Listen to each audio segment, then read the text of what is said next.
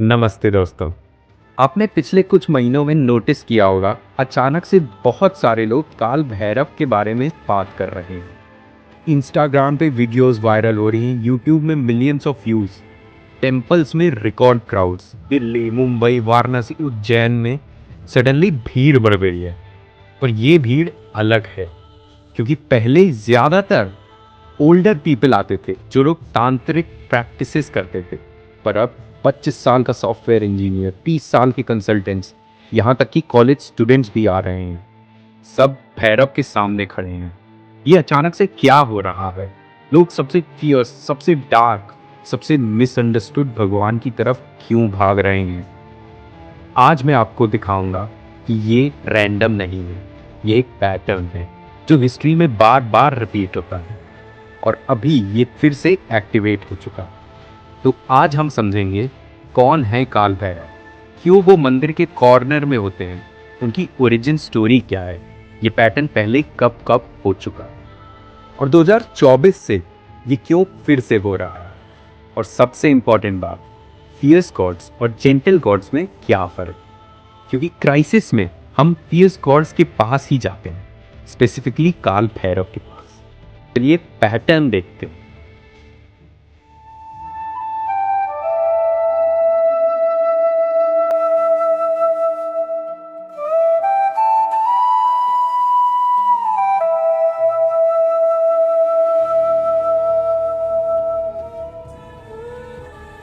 समझते हैं काल भैरव है कौन। यहाँ एक बात गौर करने वाली है कि काल भैरव नॉर्मल भगवान नहीं है, क्योंकि आपने कभी सोचा है गणेश जी की पूजा के लिए गणेश चतुर्थी है, दिवाली पे लक्ष्मी जी की पूजा होती है, जन्माष्टमी में कृष्ण जी की, पर काल भैरव की कोई फेस्टिवल नहीं है, क्योंकि भैरव नॉर्मल वर्शिप के लिए है ही नहीं।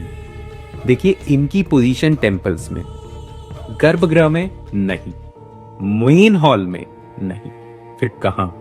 बाहर गेट पे, कॉर्नर में। क्यों? क्योंकि भैरव का काम ही अलग है। शास्त्र उन्हें कहते हैं क्षेत्रपाल, मतलब गार्जियन। पर गार्जियन किस चीज का? थ्रेशोल्ड का, बाउंड्री का। अब थ्रेशोल्ड का मतलब देखते हैं। भैरव को समझने के लिए एक वर्ड समझना बहुत जरूरी है, थ्रेशोल्ड। थ्रेशोल्ड मतलब दरवाजे पे खड़ा होना। एक सेकंड पहले घर के अंदर सेफ, नोन, कंफर्टेबल, एक सेकंड बाद बाहर अननोन, रिस्की, अनप्रेडिक्टेबल, और अभी आप है बीच में, ना यहां ना वहां। यही है थ्रेशोल्ड, ट्रांजिशन पॉइंट। ये सिर्फ फिजिकल नहीं में, लाइफ में भी होता है।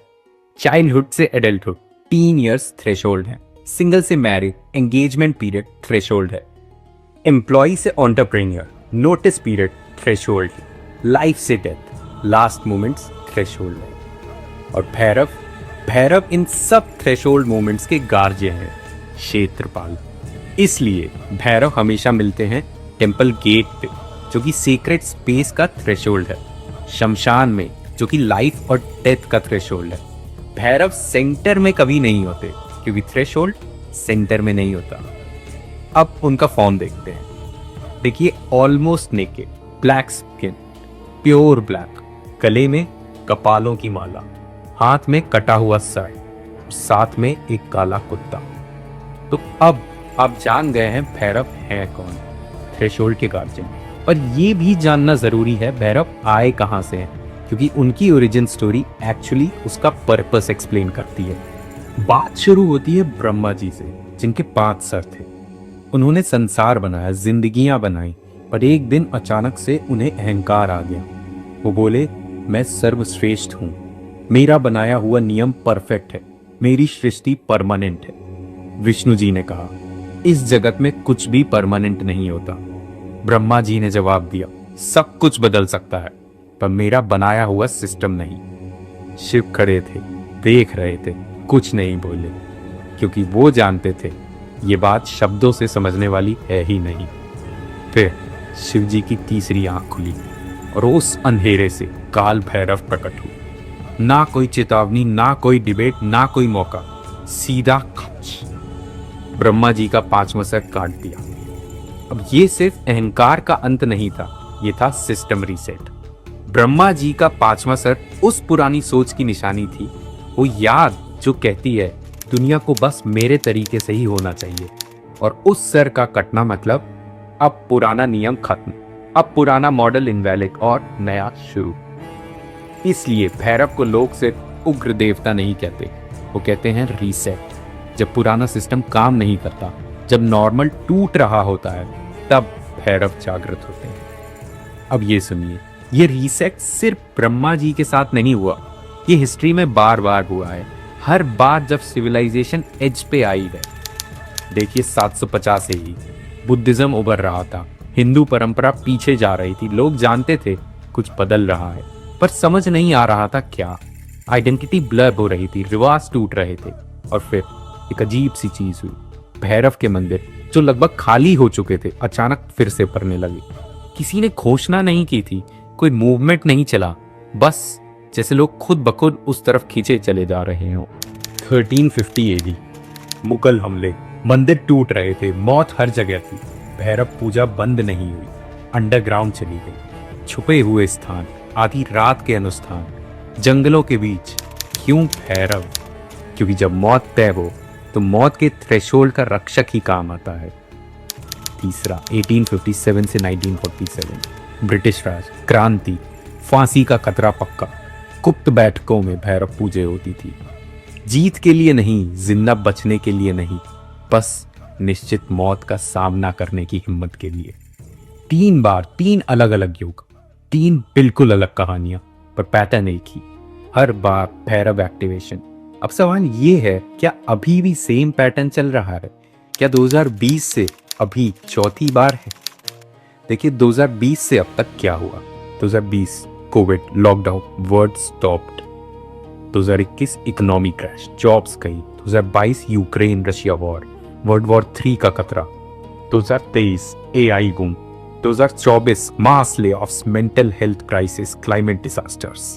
2025 अनसर्टेनिटी पीक पे थी। अब देखिए इन 5 सालों में क्या कॉमन है। पुराना वर्ड खत्म हो रहा है, 2019 का नॉर्मल गायब हो रहा है, नया वर्ड आ रहा है, AI, रिमोट जॉब्स, नई इकोनॉमी। मतलब सेम कंडीशंस जो हिस्ट्री में थी वो रिपीट हो रही हैं। और सबसे इंटरेस्टिंग बात, भैरव की पूजा भी बढ़ रही है। लोग भैरव की तरफ नहीं जा रहे हैं, बाकी सब इररिलेवेंट होता जा रहा है। जैसे अंधेरे में आंख रोशनी ढूंढती है, वैसे ही कोलैप्स में सिस्टम एग्रेसिव फोर्स की तरफ झुकता है। और सिर्फ एक चीज रेजोनेट करती है, सच। जो भी है, जैसा भी है, पर ऐसी सिचुएशन में सब भैरव के पास ही क्यों जाते हैं? इतने सारे देवी देवता हैं, तो स्पेसिफिकली भैरव भी क्यों? क्योंकि 2 टाइप्स के भगवान होते हैं, फियर्स एग्रेसिव भगवान और जेंटल भगवान। क्राइसिस में भगवान मदद करते हैं, पर तरीका अलग होता है। एग्जाम से एक रात पहले रात भर नींद नहीं आई, गणेश जी की अप्रोच किया, अच्छी सीट मिल गई, इजी पेपर आ गया, प्रॉब्लम सॉल्व हो गई, पर आपने कुछ नहीं सीखा। नेक्स्ट एग्जाम फिर पूजा करनी पड़ेगी। भैरव की अप्रोच पेपर और टफ बना दिया। हाँ, क्योंकि भैरव का काम प्रॉब्लम सॉल्व करना नहीं है, आपको स्ट्रॉन्ग बनाना है। Tough paper, struggle, may be fail, पर सीख कर नेक्स्ट टाइम प्रिपेयर रहेंगे आप। ऐसे समझिए, जेंटल गॉड्स बैंडेड लगा देते हैं टेम्पररी, फियर्स गॉड्स सर्जरी करते हैं परमानेंट। अब वापस आते हैं 2020 से 2025 पर। क्या ये छोटी प्रॉब्लम्स हैं? नहीं, ये सिस्टम लेवल क्राइसिस है। इस क्राइसिस में गणेश जी की क्या अप्रोच होगी? भगवान मेरी जॉब वापस दिलवा दो। ठीक है, दिला भी थी मान लो उन्होंने, लेकिन आपकी स्किल्स की कमी जो थी वो रहेगी। नेक्स्ट ले ऑफ वेव, फिर जॉब जाएगी।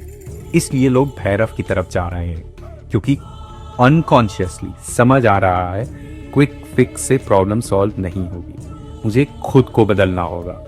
ये पेनफुल है, हाँ, लेकिन जरूरी है। तो अब सब पीसेस को कनेक्ट करते हैं। पहले हमने देखा 750 AD Buddhism versus Hinduism, Bhairav activated. 1350 AD Mughal invasions, again Bhairav activated. 1857 से 1947 ब्रिटिश राज एंडिंग, भैरव एक्टिवेटेड अगेन। और अब 2020 से 2025 सेम पैटर्न चौथी बार। पर अब डिफरेंस ये है कि पहली 3 बार एक्सटर्नल थ्रेट्स थी, इन्वेडर्स, वॉर्स, कोलाइजर्स। इस बार थ्रेट इंटरनल है, our own systems collapsing from within। Jobs का मॉडल, करियर का मॉडल, सक्सेस का मॉडल, स्टेबिलिटी का मॉडल, सब टूट रहा है। ट्रांजिशन का टाइम है, पुराना जा रहा है और नया आ रहा है। अब चॉइस आपकी है। पुराने पर होल्ड करिए, डिनायल में रहिए कि सब पहले जैसा हो जाएगा, ये सोचते रहिए। कर सकते हैं, ये आपका चॉइस है, पर स्टक रहेंगे फॉरएवर थ्रेशोल्ड पे। या एक्सेप्ट करिए, पुराना गया, नया आ रहा है, अनकंफर्टेबल है, स्केरी है, पर क्रॉस करना पड़ेगा। भैरव आपको फोर्स नहीं कर रहे, भैरव आपको ऑप्शन दे रहे हैं कि आप रेडी हैं, पर आंसर आपका है। भैरव गार्ड कर रहे हैं, इंतजार कर रहे हैं जो क्रॉस करने को तैयार हैं। 2026 में अगर आपको पुल फील हो रहा है तो समझ जाइए आप रेडी हैं। मतलब आपको अनकॉन्शियसली पता चल रहा है कि मुझे जेंट एंड कंफर्ट नहीं, फियर सब चाहिए। मुझे ट्रांजिशन कंप्लीट करना है।